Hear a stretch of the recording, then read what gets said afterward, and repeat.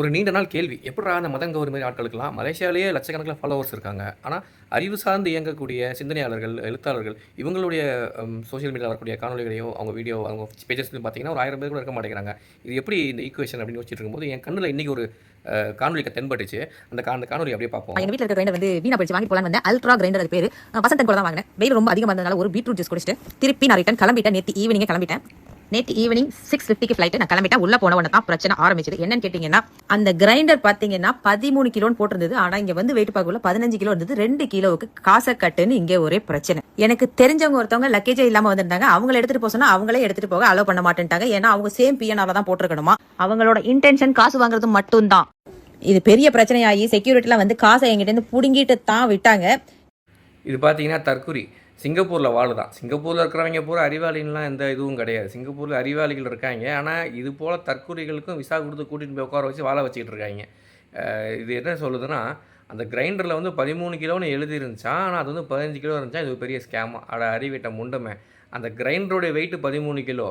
அதில் மேலே பேக்கிங் டப்பா உள்ள தர்மாக்கோல் மேனுவல்லாம் சேர்த்தா 2 கிலோ எக்ஸ்ட்ரா வரதானே செய்யும்.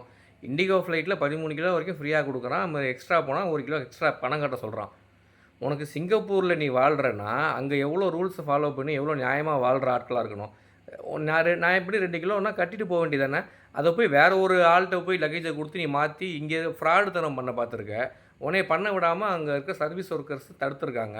அதில் என்ன உனக்கு இது? நீ அவன் கையில் டப்பாவை கொடுத்து சார் இது உங்கள் லக்கேஜாகவே எடுத்துகிட்டு போங்க அப்படின்னு சொன்னால் அந்த ஆள் உனக்கு உண்மையான நல்லவனாக இருந்திருந்தா சரி குடும்பம் என் லக்கேஜ் நான் அதான் எடுத்துகிட்டு போயிருப்பான். அவன் வந்து இது இவங்க லக்கேஜ் ஆனால் நான் என் பேரில் போடுங்கன்னு ஏதோ அவன் சொல்ல போய் அவங்க உடனே பிஎன்ஆர் நம்பர் 1 இருக்கணும்னு சொல்கிறாங்க.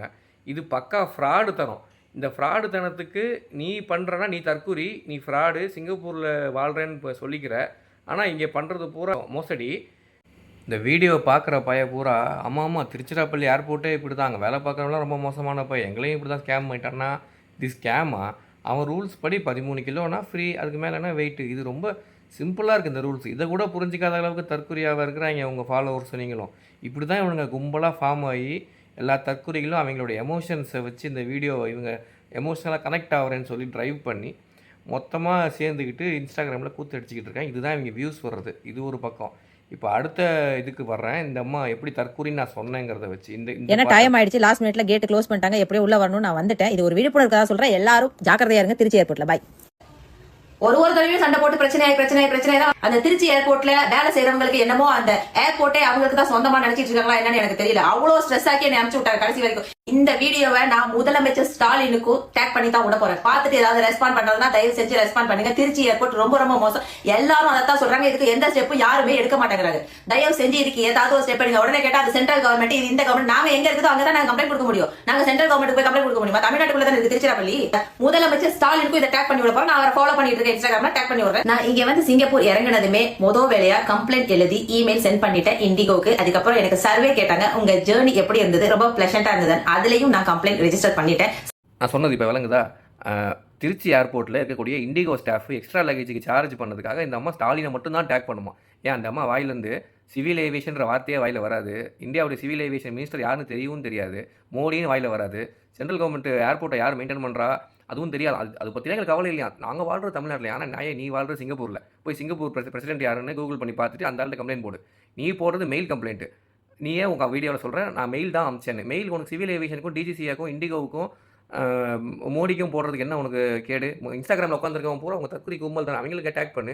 இவங்களுக்கு வந்து சிஎம் ஸ்டாலின் வந்து அவருடைய ப்ரிசிங்ட்டை விட்டு எக்ஸ்ட்ரா ஜுடிஷியலாக உள்ளே வந்து இவர் வந்து இண்டிகோ ஸ்டாஃப் வந்து கண்டிக்கணுமா? என்னங்கடா டேய், உங்கள் தற்கொலைத்தனத்துக்கு யாரை கூப்பிட்றதுன்னு ஒரு இது இல்லை. ஏன்னா இது வந்து அவர் இதுக்கு ஒரு பிரச்சனைங்கிறதும் முக்கியம் இல்லை. அவர் சிஎம் இருக்காருங்கிறதும் பிரச்சனை இல்லை. அவரை எதிலையாவது விட்டு நோண்டிகிட்டே இருக்கணும். எல்லாத்துக்கும் ஸ்டாலின் வந்து நோட்டுவாங்க. அதுதான் இது. ஒரு ஆள் வந்து இதில் வந்து சென்சிபிளாக கமெண்ட் போட்டிருக்கான். அவங்ககிட்ட போய் என்ன பதில் சொல்லிட்டு பாருங்களேன். மக்களால் தேர்ந்தெடுக்கப்பட்ட சிஎம், மக்கள் பிரச்சனை. இது மக்கள் பிரச்சனையா? நீ ஃப்ராட் பண்ண விடாமல் உன்னை தடுத்ததுக்கு, நீ ஸ்ட்ரெஸ் ஆனதுக்கு, நீ ஏர்போர்ட்டில் டிலே பண்ணி ஃப்ளைட் ஏறினதுக்கு எவ்வளோ? ஒரு 10,000 வாங்க 2 கிலோக்கு எவ்வளோ? அவன் கிலோக்கு 700, 800, 1000 வாங்க போகிறான். அவன் ஃப்ளைட்டோடைய சேஃப்டிக்காக ஈ cannot allow all the luggages. Train மாதிரி இஷ்டத்துக்கு ஏற்ற முடியாது. ஒரு இவ்வளோ வெயிட் தான், ஒரு பேசஞ்சருக்கு இவ்வளோ வெயிட் தான் மேக்ஸிமம் வெயிட்னு வச்சு அவன் நீ அதுக்கு மேலே வெயிட் ஏற்ற போனால் அவனை விடவே மாட்டான். எவ்வளோ காசு கொடுத்தாலும் வெயிட் ஏற்ற முடியாது. கார்கோல் தான் ஏற்ற சொல்லுவாங்க. அவன் ரூல்ஸை ஃபாலோ பண்ணிட்டு இருக்கான். உனக்கு ரூல்ஸ் ஃபாலோ பண்ணி படிக்கல, நீ தற்கூரி ரூல்ஸ் ஃபாலோ பண்ண மாட்டேன்னா நீ கடந்து சாவு. எதுக்கு சிங்கப்பூர் போற? அங்க உன்னை எச்சி துப்புனா கூட ஃபைன் போடுவாங்க சிங்கப்பூர்ல. குப்பை போட்டா ஃபைன் தானே சிங்கப்பூர்ல. இங்க உனக்கு நீ இஷ்டத்துக்கு வெயிட் ஏத்துவ, உனக்கு கஸ்டம்ஸ் டியூட்டி கட்டாம சிங்கப்பூர்ல இறக்குவாங்கன்னா அதுக்கு வந்து இங்க அலோவ் பண்ணணுமா? இண்டிகோல நீ எழுதின மெயிலுக்கு அவன் ஒரு டேஷும் ரிப்ளை பண்ண மாட்டான். நீ பண்ணது தப்புன்னு தான் சொல்லுவோம். சும்மா தேவையில்லாம ஒரு சர்வீஸ் ஒர்க்கரை வந்து நோக்கடிச்சிருக்க. அவனை பத்தி நீ வந்து வீடியோ எடுத்து அவன் கன்சென்ட் இல்லாம போட்டிருக்க. இந்த தற்குறிங்கள்ட்ட இருந்து முதல்ல சர்வீஸ் ஒர்க்கரை காப்பாற்றுறது பெரிய விஷயமா இருக்குது.